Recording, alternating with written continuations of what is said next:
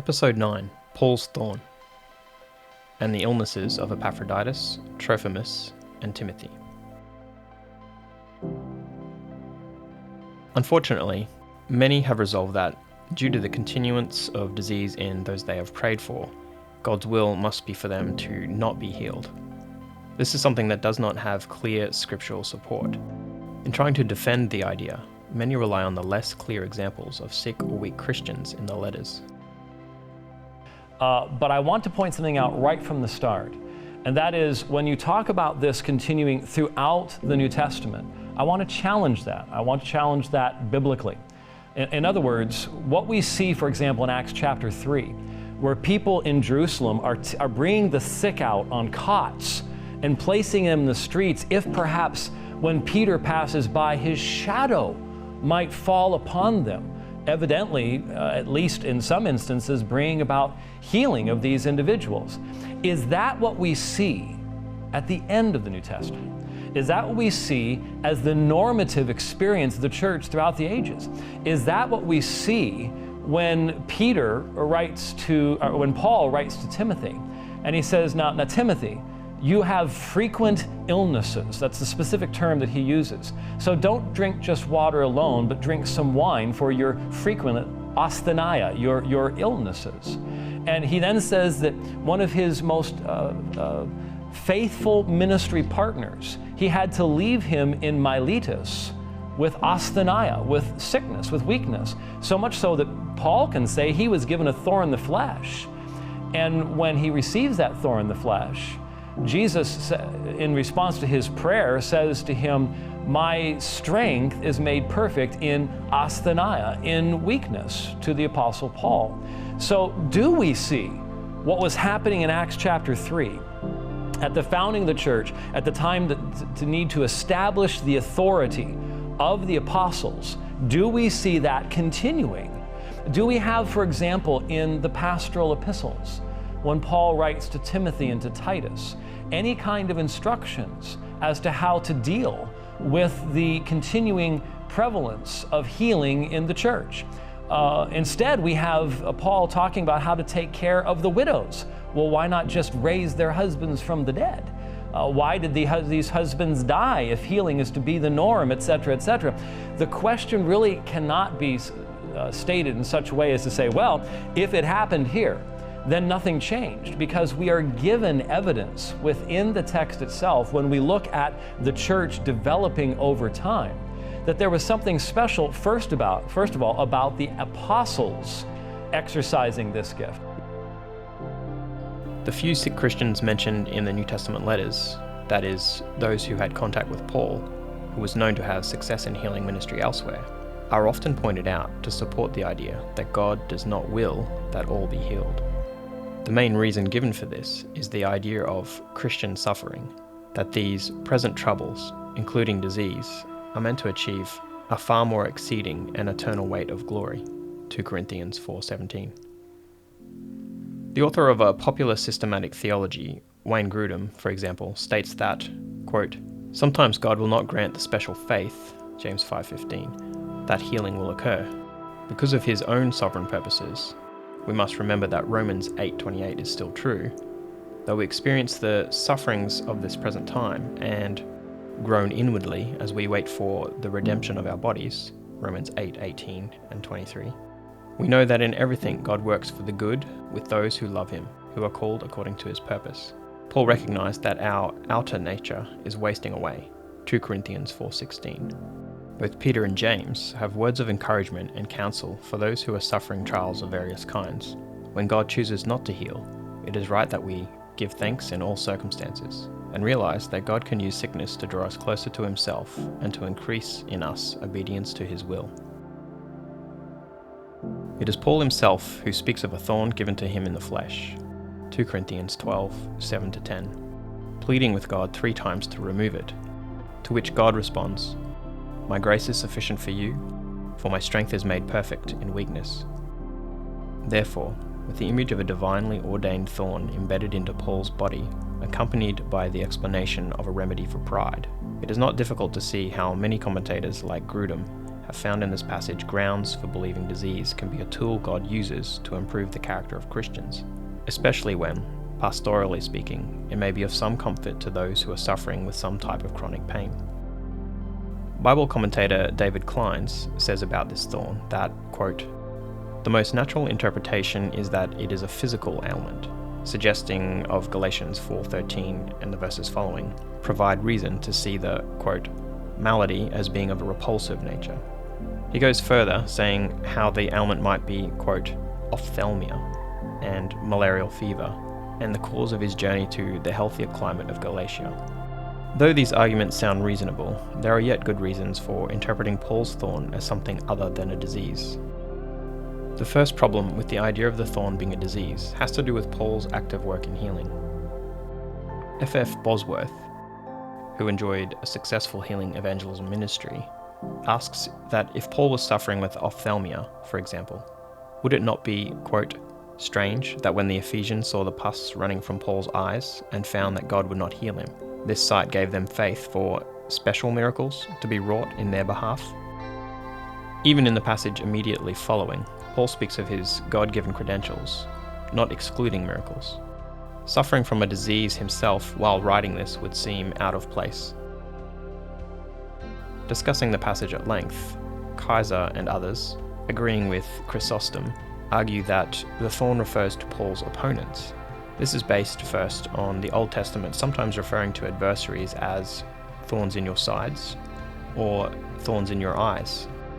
Never is the same language used in reference to disease or temptation.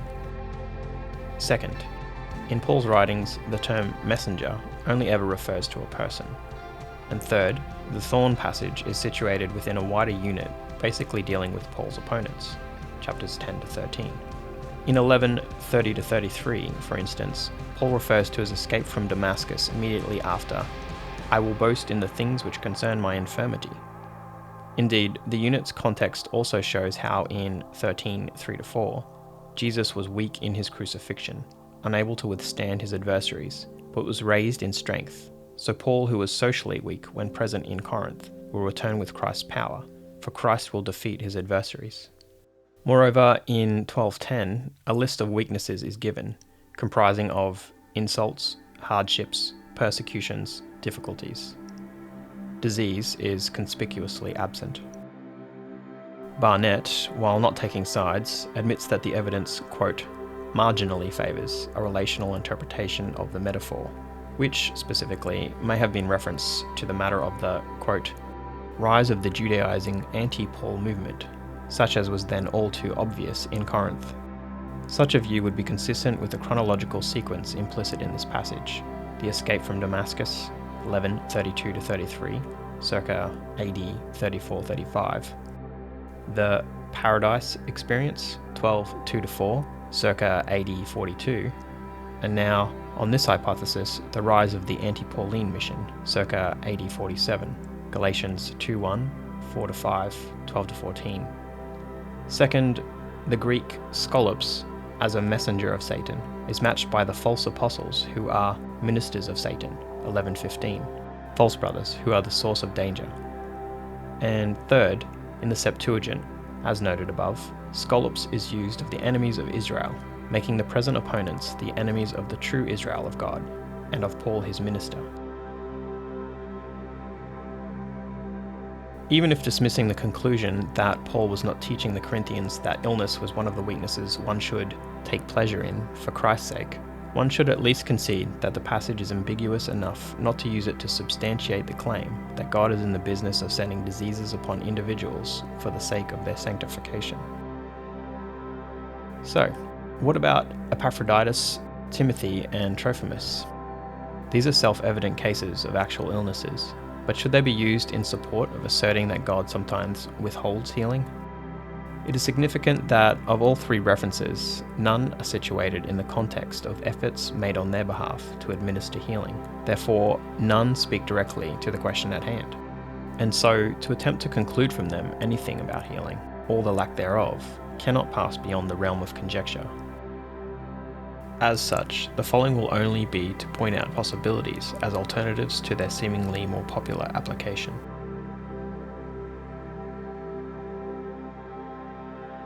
Concerning Timothy, Paul addresses a stomach problem and frequent infirmities, both being related by his single natural remedy to use a little wine rather than drinking only water, 1 Timothy 5:23. Perhaps, based on 1 Timothy 3:3, Timothy was avoiding wine so not to be accused as one given to wine. Timothy seemed to be suffering from the ill effects of the common poor water quality of the day, and may have even risked far worse than mere infirmities had he refused Paul's advice. The lesson seems clear. Christians should not, as commentator Alan G. Newt puts it, expect to break the laws governing health with impunity. Perhaps in a similar way, many today do not request prayer for common headaches and colds, as the causes are known, and the natural or pharmaceutical remedies have proven effective enough. Or, in the case of common colds, there is little concern, because the illness generally has a limited lifespan. Paul, being aware of the cause of the infirmities and stomach issues, probably saw no reason to prescribe prayer when the problem could be remedied through wisdom, and which would only keep reoccurring should Timothy persist in flouting basic laws of sanitation. As for Trophamus, whom Paul left in Miletus sick, 2 Timothy 4:20, Hendrickson, citing other biblical figures who were at some stage ill, makes the assumption that, quote, "It must have been a sorrowful experience for Paul to discover that he did not at this occasion receive from his Lord the power to heal." This is to dismiss the possibility of the sickness occurring after Paul's arrest, but, granting the plain reading, an alternative possibility is that the sickness may have been something akin to Timothy's infirmities. Being on a mission trip probably came with its own sanitary challenges, such as not having ready access to clean water or the prescribed medicinal wine. And so, Paul's leaving him behind fits well with the scenario of one given time to mend by resting from an ailment known to men with time resting. In any case, the point is that, barring the discovery of a relevant extra-biblical source, there is no way of knowing the precise situation Trophimus found himself in. Thus, our theology must be drawn from that which is much clearer. Concerning Epaphroditus, a more serious malady is mentioned, for indeed he was sick almost unto death, Philippians 2:27. Again, no further details are given regarding attempts to administer healing. However, unlike the previous two instances, we are given one more piece of information, that it was for the work of Christ he came close to death, not regarding his life, to supply what was lacking. Verse 30. Epaphroditus' disregard for his life may suggest that this illness was self-inflicted, in a similar sense to Timothy and potentially Trophamus, which makes it plausible once again that Epaphroditus might have found it difficult to have faith that healing could occur, being something caused not directly from the dominion of darkness, but rather his own failure to exercise wisdom.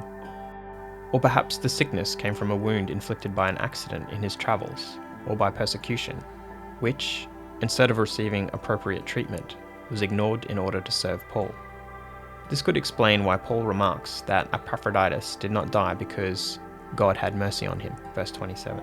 That, despite his recklessness, his flouting of common sense in dealing with his sickness, God preserved him in his recovery. Nonetheless, God's direct intervention in healing Epaphroditus cannot be ruled out, as the connection between healing and mercy is elsewhere seen. Importantly, in no place is mercy withheld. That the ill fellow labourers in the gospel allegedly had healing withheld from them, and so should be accepted as examples of Christian suffering, is a demonstrably tenuous premise. No texts exist that clearly link disease with what otherwise is explicitly identified with the suffering that members of the body of believers should expect.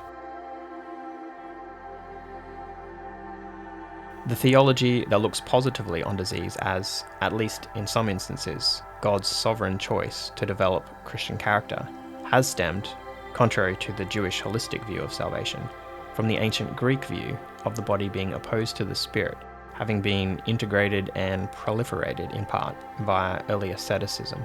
Evidently, this has made many in Western Christendom, as Francis MacNutt put it, quote, "see the body as an enemy to be subdued through punishment, rather than a wounded friend that needs to be healed." Scripture does not easily accommodate such thinking. What is clear in the New Testament is that there is, as Dr. Michael Brown states, no logical connection between suffering persecution for the faith and suffering sickness in spite of the faith. or at the least, unrelated to the faith. Jesus himself is not ever shown to exemplify suffering through sickness, but in all cases removed it, according to the faith of those seeking relief. Again, this is not to say that God cannot use the sickness one finds oneself in for good, but if believers are expected to pray and act in faith, without doubting, it is imperative to address the inevitable uncertainty that would be present in the one praying for healing who questions God's willingness. A survey of the New Testament, with its clear presentation of the type of suffering Christians can expect, in contrast to the effectiveness of kingdom authority and power in confronting the works of the enemy, is surely an antidote to such doubt.